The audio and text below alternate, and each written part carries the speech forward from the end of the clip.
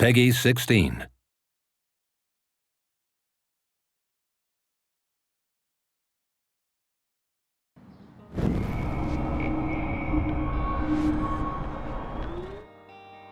One of the main features of the game is, of course, the power of Max. She is able to rewind time. We knew we wanted to do something with the rewind mechanic that we had explored in Remember Me, and we started thinking of what can it mean in another context, and we started to bounce ideas around. Very soon, this idea of choice and consequence and being able to rewind them came about. You know, what does choice mean when you're able to rewind through them?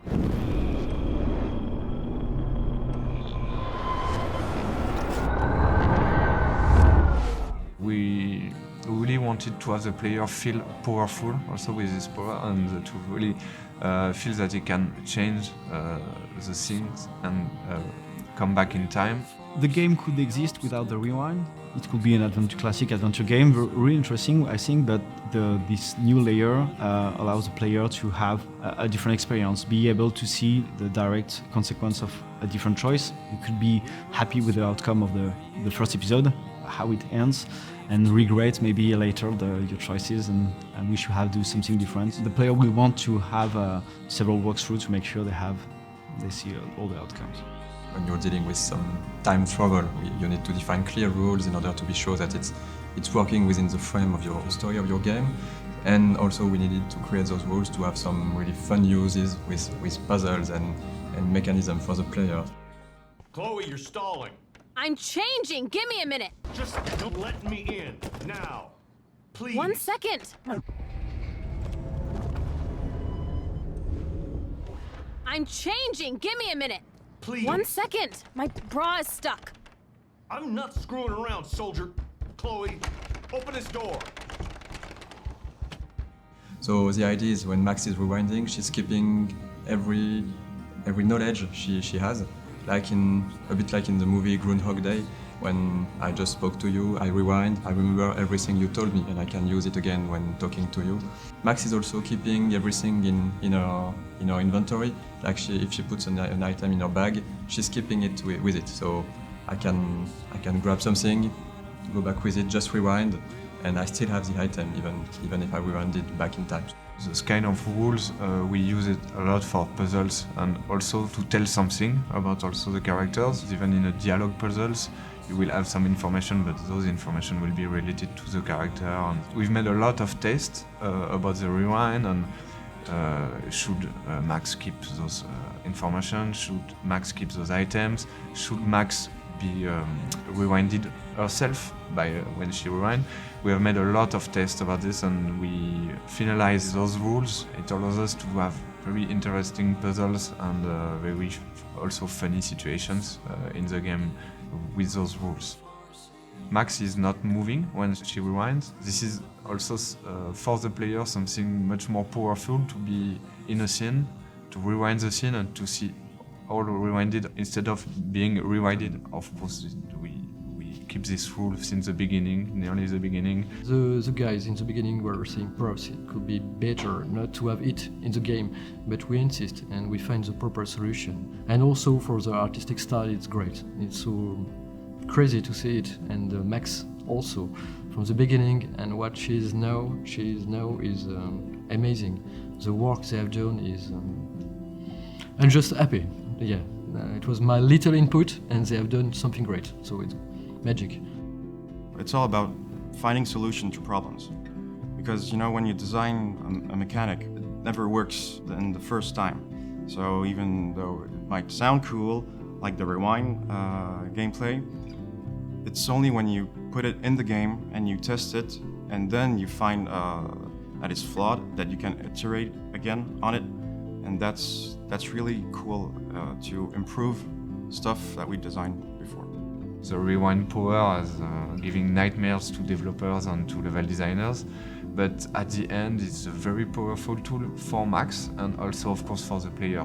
I remember a lot of design discussions the guys had, very complex discussions about the impact of the rewind, what you can do, what you cannot do, how the player will understand the rewind, and Yeah, it's a challenge because as this is something that doesn't exist, it's science fiction. You have to make it consistent. At first, when I started production, the scope of the game was pretty small, and we were like only 2 or 3 designers on the team.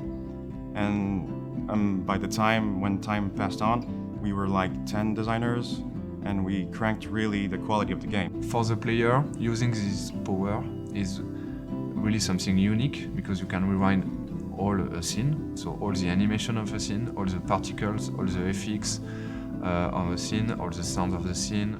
Can you give me an example of a Man, I photographer cannot who believe perfectly this. captured the human condition in black and white? Okay, if I'm crazy, Anybody? I might as well go all the way. Bueller?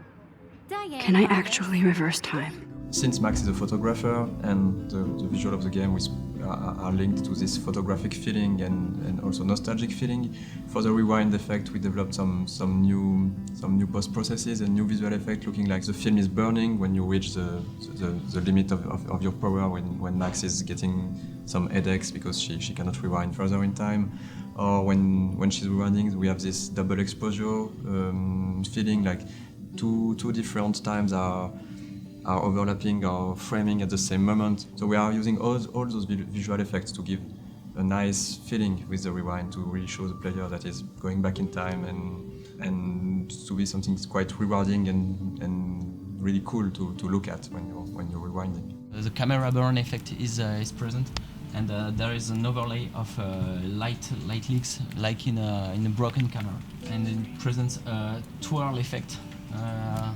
As if the celluloid, the film, is twisted away before burning.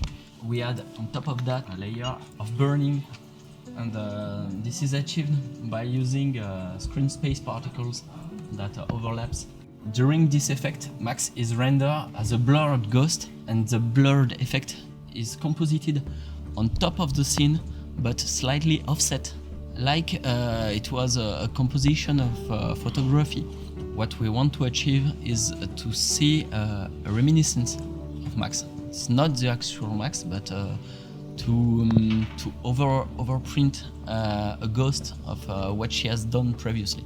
It's still a story of a character with a rewind power, so there is this story arc that is quite sci-fi, but there is also all those elements of real life that we wanted to deal with, and that's why the game is called Life is Strange. It's also something that's really important for us to talk about those real characters and real issues with that some of our players might have experienced themselves already. Seeing people play the game will be the best reward. We've made some playtests, we've seen people giving us their feedbacks, and as soon as you see someone doing a specific thing that's a part of the gameplay that's not mandatory, you see people explore, people enjoying small stuff, smiling, having fun. It's the best feeling you can have.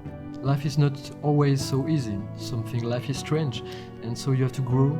And I think the game will help people grow, and I think it will help also video game to grow in a way. It's perhaps pretentious, but we want to bring the independent video game to our industry, and I think there is a huge place for it, and I think it will be very successful. Thanks to Square Enix, who were the first to believe in the project.